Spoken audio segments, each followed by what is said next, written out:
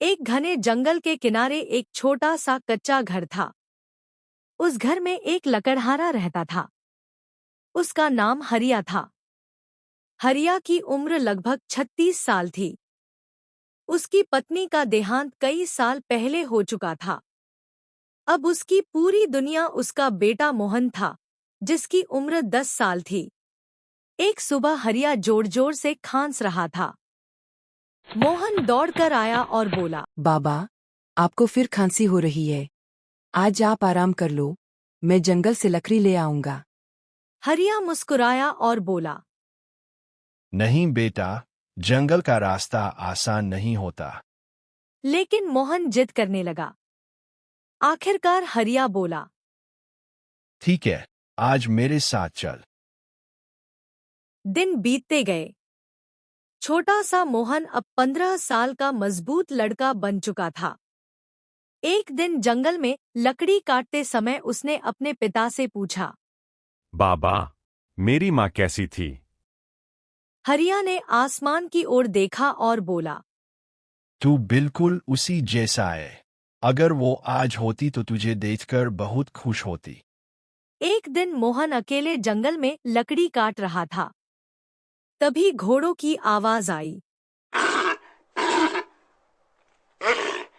राजा समरवीर सिंह अपने सैनिकों के साथ जंगल घूमने आए थे।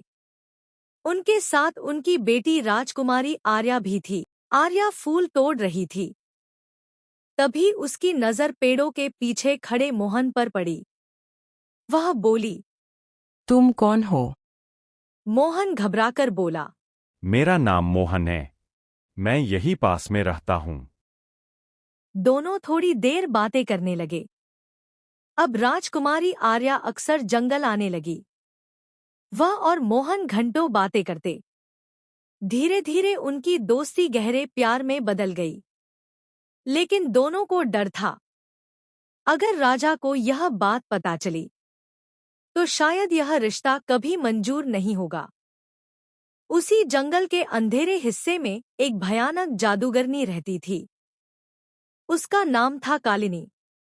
वह 100 साल से भी ज्यादा पुरानी थी। उसने मोहन को देखा और बोली, इस लड़के के खून में एक पुरानी शक्ति छिपी है और मुझे वही शक्ति चाहिए। एक दिन मोहन जंगल में आया। अचानक तेज हवा चलने लगी। जादूगरनी कालिनी प्रकट हुई और बोली, अब तू मेरा कैदी है। और अगले ही पल मोहन बेहोश होकर उसकी गुफा में कैद हो गया। जब आर्या को पता चला कि मोहन गायब है, वह रोती हुई एक बूढ़े साधु के पास गई। साधु ने कहा, तुझे 2 रास्तों में से एक चुनना होगा। पहला रास्ता सुरक्षित महल का जीवन, दूसरा रास्ता खतरनाक जंगल, लेकिन सच्चे प्रेम का रास्ता। आर्या ने बिना सोचे कहा, मैं दूसरा रास्ता चुनती हूँ। जादुई झरने में उसे अपने सबसे बड़े डर दिखाई दिए। उसे लगा कि मोहन मर रहा है। लेकिन आर्या ने हिम्मत नहीं हारी और डर की परीक्षा पार कर ली।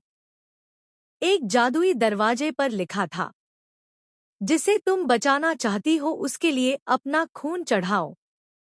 आर्या ने बिना सोचे अपना हाथ काट दिया। दरवाजा खुल गया। गुफा के अंदर जादूगरनी कालिनी बैठी थी। मोहन जंजीरों में कैद था। कालिनी बोली, अगर इसे बचाना है तो अपनी जान दे दो। तभी अचानक तेज रोशनी फैली। साधु वहां प्रकट हुए। भयानक जादू हुआ।